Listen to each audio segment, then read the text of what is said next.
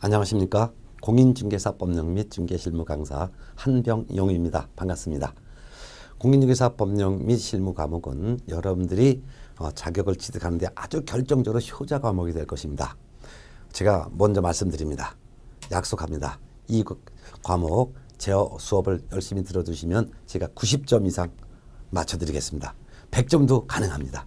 제가 설명드리는 이 테마 이론만 정확히 알고 가시면은 거의 다 맞출 수가 있을 것입니다.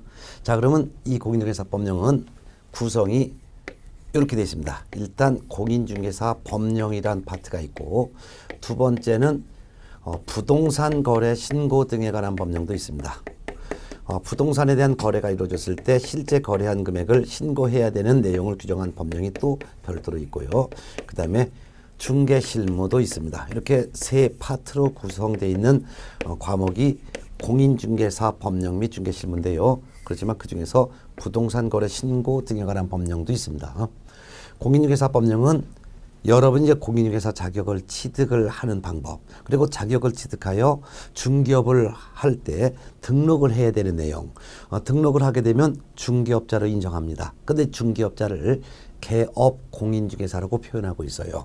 이같이 중개업을 할 때 어떻게 중개업을 할지를 규정한 내용이 공인중개사 법령이고, 여기에서 무려 약 30문제 정도가 출제가 됩니다. 30문제. 그 다음에 이제 부동산 거래 신고 등에 관한 법령은 토지나 건물에 대한 매매계약 또는 입주권 분양권에 대한 매매계약이 이루어졌을 때 실제 매매한 금액을 신고해야 돼요. 이를 부동산 거래 신고 등에 관한 법령에서 규정을 해놨죠. 이는 거래 당사자인 매도인과 매수인 직접 매매 계약을 했을 때는 거래 당사자가 실제 매매 금액을 신고해야 되고, 중개업자 즉 개업 공인중개사가 매매 계약서를 작성해서 교부했을 때는 이때는 중개업자인 개업 공인중개사가 실제 매매한 금액을 신고를 해야 될 의무가 있죠. 따라서 이는 일반인 즉 거래 당사자도 적용되고 중개업을 하는 중개업자도 적용되는 법령이 되겠습니다. 여기서 네 문제가 출제가 됩니다. 그런데 이제 중개실무라는 파트가 있어요. 이 중개실무는 중개업을 하는 개업 공인중개사가 실제 중개업만 하는 내용이에요. 즉 물건을 팔아달라는 의뢰받았을 때 물건을 조사하는 방법, 그리고 매수인에게 물건을 설명하는 방법, 그리고 거래가 성사되면 매매계약서를 작성해서 교부하는 방법, 요 같은 실제 중개업만 하는 내용이 중개실무인데, 여기서 6문제가 출제가 될 것 같습니다. 그래서 총 40문제가 출제가 되겠습니다. 40문제. 네. 그 중에서 이제 공인중개사 법령부터 먼저 시작을 하겠습니다. 공인중개사 법령에서 여러분 강의할 때 제가 이 교재를 갖고서 할 테니까 여러분 교재 출력법에서 보시고, 또한 저는 그냥 판서는 특별한 거 아니면 거의 판서는 하지 않도록 하겠습니다. 그 중에서 테마 1부터 시작하겠습니다. 그래서 공인중개사 법령 파트에서 테마 1부터 한번 이제 시작을 할 것입니다. 테마 1. 자, 그 중에서 테마 1이 공인중개사 법령의 구성, 그 다음에 공인중개사법의 목적, 그 다음에 공인중개사법의 성격은 어떤지, 이런 내용이 해마다 문제가 출제가 됩니다. 그럼 공인중개사 법령의 구성부터 먼저 보도록 하겠습니다. 그럼 이 공인중개사 법령은 법과 령으로 구성되어 있습니다. 법도 있고 령도 있어요. 법은 법률을 줄임말이고 령은 명령을 줄임말입니다. 공인중개사법은 국회에서 만든 법규를 공인중개사 법률, 줄여서는 공인중개사법이라고 하고, 령이라는 것은 행정부에서 만든 법규를 명령이라고 하는데 그 명령을 줄여서 령이라고 합니다. 그런데 행정부의 수장인 대통령이 만들었으면 대통령령이라고 하고, 대통령 밑에 있는 장관이 만들었으면 부령이라고 합니다. 국토교통부 장관이 만들었으면 국토교통부령 이렇게 표현하죠. 그래서 공인중개사법령은 공인중개사법과 대통령령과 국토교통부령 이렇게 구성이 되어 있습니다. 그러면 이 구성 내용은 어떤 내용이 규정이 되어 있는지를 이제 보겠습니다. 1번 공인중개사법령의 구성에서 공인중개사법령의 구성은 공인중개사법 즉 공인중개사 법률, 그 다음에 공인중개사법에 따른 대통령령, 대통령령을 시행령이라고 합니다. 그 다음에 세 번째는 공인중개사법 시행규칙, 시행규칙을 부령이라고 합니다. 그 부령 중에서도 부동산에 관련된 업무를 관장하는 장관이 국토교통부 장관이기 때문에 국토교통부령이라고 합니다. 국토교통부령을 시행규칙이라고 하죠.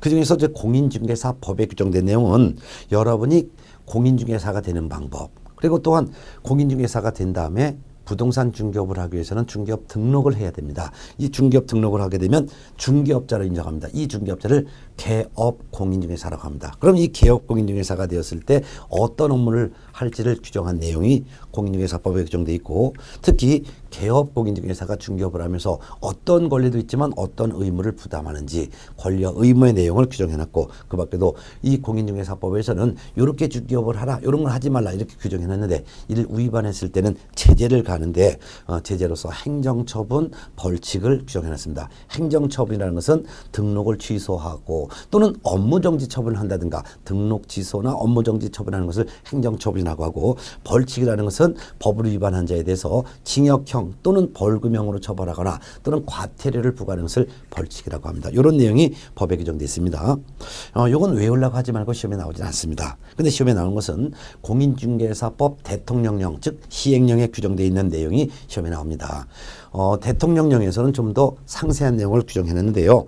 중개업을 하려면 등록을 해야 되는데, 등록하기 전에 먼저 갖춰야 될 등록 기준은 어떤 것이 규정되어 있는지, 또한 개업공인중개사가 사무소를 때 어떤 사무소를 둬야 될지, 특히 법인인 회사에 해당되는 개업공인중개사도 있어요. 그런 경우는 법인인 개업공인중개사라는 회사는 지점을 둘 수 있는데 지점을 분사무소라고 합니다. 그럼 이때 분사무소 설치하기 위해서는 어떠한 기준을 갖춰야 될지, 또한 과태료를 부과할 때 얼마의 과태료를 부과할지 구체적인 기준, 이와 같은 내용을 대통령령에 규정해놨습니다. 그래서 대통령령으로 정하는 기준이 세 가지가 있는데, 두 문자를 제가 따서 등사과라고 하겠습니다.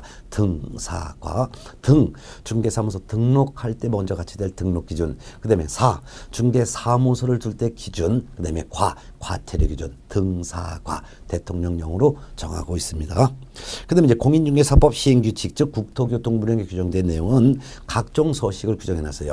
예를 들면 시험에 응시할 때 내는 응시원서 서식, 또는 자격증 받을 때 공인중개사 자격증 서식, 등록 신청할 때 내는 등록신청서 서식 등 각종 서식이 국토교통부령에 규정되는데요. 다만 거래계약서 서식은 규정되어 있지 않습니다. 거래계약서라는 것은 거래 당사자 간에 합의한 내용을 기록한 매매계약서, 임대차 계약서를 말하는데, 이 거래계약서 서식은 지금 현재는 규정이 되어 있지 않기 때문에 여러분이 그냥 노트 찢어서 작성해도 되고 문방구에서 파는 매매계약서 써도 사용해도 상관없습니다. 또한 개업공인중개사에 대한 업무정지 기준과 거래정보사업, 그 다음에 이제 소속공인중개사에 대한 자격정지 기준, 이런 거 국토교통부령에 규정됐습니다. 개업공인중개사에 대한 영업정지를 업무정지라고 하고, 소속공인중개사에 대한 영업정지를 자격정지라고 합니다. 소속공인중개사라는 것은요, 공인중개사 자격을 취득하여 부동산 중개업소에 취직을 한 사람을 소속공인중개사라고 하는데, 영업정지를 할 때 업무정지와 자격정지는 6월 범위 안에서 하는데, 구체적으로 몇 달간 영업정지를 하는지는 국토교통부령에 규정해놨습니다.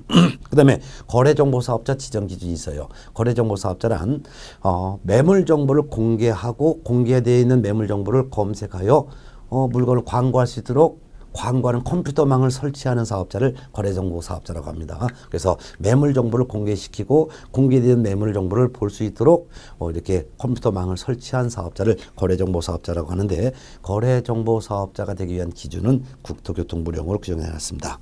참고적으로 경매 대상 부동산에 대한 매수 신청 또는 입자 신청의 대리에 관련된 내용은 별도로 규정해놨는데요. 여러분이 공인중개사 자격 취득하여 중개업 등록을 하게 되면, 중개업을 하면서 법원에서 파는 경매 물건 이거 입찰 대리할 수 있어요. 근데 입찰 대리하려면 법원에 별도로 입찰 대리한 등록을 또 해야 됩니다. 이게 바로 이제 매수 신청 대리 등록이라고 하는데, 매수 신청 대리 등록에 관해서는 법원에서 정한 별도의 규칙이 있어요. 이게 바로 매수 신청 대리인 등록에 관한 대법원 규칙이 있는데, 이 대법원 규칙으로 별도로 정하고 있습니다.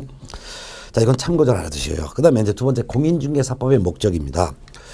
공인중개사법을 만든 목적이 있어요. 만든 목적은 공인중개사가 되었을 때 이 공인중개사가 어떤 업무를 할지를 정한 거예요. 그래서 공인중개사의 전문성을 제고하고, 또한 부동산 중개업을 건전하게 육성하여 국민 경제 이바지함을 목적으로 합니다. 이 목적은 중요합니다. 별표 놓으세요. 그래서 공인중개사법을 만든 목적은 공인중개사의 업무에 관한 사항을 규정하여 그 공인중개사의 전문성 제고하고 중개업 육성하여 국민경제 이바지함을 목적으로 한다. 꼭 알아두세요. 그 주의사항이 있죠. 공인중개사법은 공인중개사의 업무 등에 관한 사항을 규정한 거예요. 그렇기 때문에 개업 공인중개사의 업무 등에 관한 사항을 정한다 하면 틀리다는 것을 유념하시기 바랍니다. 예. 또한 이 중개업을 하는 이 나중에 개공이 되었을 때 뭐 이와 같이 공인중개사의 전문성을 제고하는 것이지 개업 공인중개사의 전문성 제고해도 들리고 중개업을 육성하는 거예요. 중개업을 육성하는 것이지 뭐 중개업을 규율한다 해도 들린 거예요. 그래서 세 글자 전성국 세 단을 외워두세요. 공인중개사의 전성국. 공인중개사의 전문성 제고지 공신력 제고가 아니다. 중개업 육성이에요. 중개업 육성이 중개업을 규율한다 하면 틀려요. 국민경제 이바지한다. 요 세 가지 목적을 알아두세요. 자, 세 번째 공인중개사법의 목적입니다. 그럼 이 공인중개사법은 왜 만들었는지는 공인중개사의 전문성 제고인데 전문성 제고, 중개업 육성, 국민경제 이바지함 요 세 건데 공인중개사법의 목적 이거 꼭 시험에 나오니까 알아두시고 그 다음에 공인중개사법은 어떤 성격을 갖고 있느냐 이 성격도 한번 뜻만 이해하면 됩니다. 세 번째 공인중개사법의 법적 성격은 일단 부동산 중개 및 중개업에 관해서는 가장 기본을 이루는 기본법이면서 일반법의 성질을 갖고 있습니다. 일반법의 성질을 갖고 있다는 것은 모든 종류의 개업 공인중개사는 다 공인중개사법이라는 이 법에 적용을 받는다 그 말이죠. 그렇지만 2번 상법 및 민법에 대해서는 특별법입니다. 특별법이라는 것은 특별한 사람만 적용됩니다 그 말입니다. 상법은 상인들은 다 적용됩니다. 그렇지만 공인중개사법은 상인이라고 해서 다 적용되는 것이 아니라 이 공인중개사법은 중개업을 하고 있는 상인 즉 중개업자라고 하는 개공만 개업 공인중개사만 적용되기 때문에 상법의 특별법이고요. 민법의 특별법이라는 것은 민법은 모든 사람이 다 적용되지만 공인중개사법은 중개업을 하고 있는 개업 공인중개사라는 특별한 사람만 적용되는 특별법이라는 뜻입니다. 예. 자, 한 장 넘어가서 그 다음에 네 번째 내용 봅니다. 개업 공인중개사의 법적 지위 즉 중개업자는 상인입니다. 그런데 자기 물건을 파는 상인이 아니라 흥정을 해주고 대가를 받는 중개상인이 되겠습니다. 권리의 의무에서 개업 공인중개사는 상인이기 때문에 보수 지급 약정이 없이 중개를 의뢰받아도 나중에 중개를 완성시키면 즉 거래를 성사시켜주면 보수를 받을 수가 있습니다. 특히 개업 공인중개사가 중개 보수를 받지 않고서 중개를 했다 하더라도 개업 공인중개사는 매수인에게 성실하게 제대로 설명해야 될 의무가 있으므로 보수를 받지 않고 행한 중개이도 공인중개사법의 규율 대상이 됩니다. 자, 그 다음에 다섯 번째 중개계약과 거래계약의 차이점을 꼭 기억해 두셔야 합니다. 중개계약이라는 것은 중개를 의뢰한 의뢰인과 중개를 하는 개업공인중개사 간에 체결된 계약인데 개업공인중개사가 의뢰인의 요청에 따라 중개를 해주겠다라는 의뢰인과 개업공인중개사 간의 약속을 중개계약이라고 하고 거래계약이라는 것은 거래 당사자 간에 합의한 걸 말합니다. 즉 매도인과 매수인이 매매계약을 하기로 합의했다 하면 매매계약, 임대차 계약을 하기로 했다면 임대차 계약 이와 같은 것을 우리는 거래계약이라고 합니다. 핵심 요약은 한번 여러분이 한번 참고적으로 보시고요.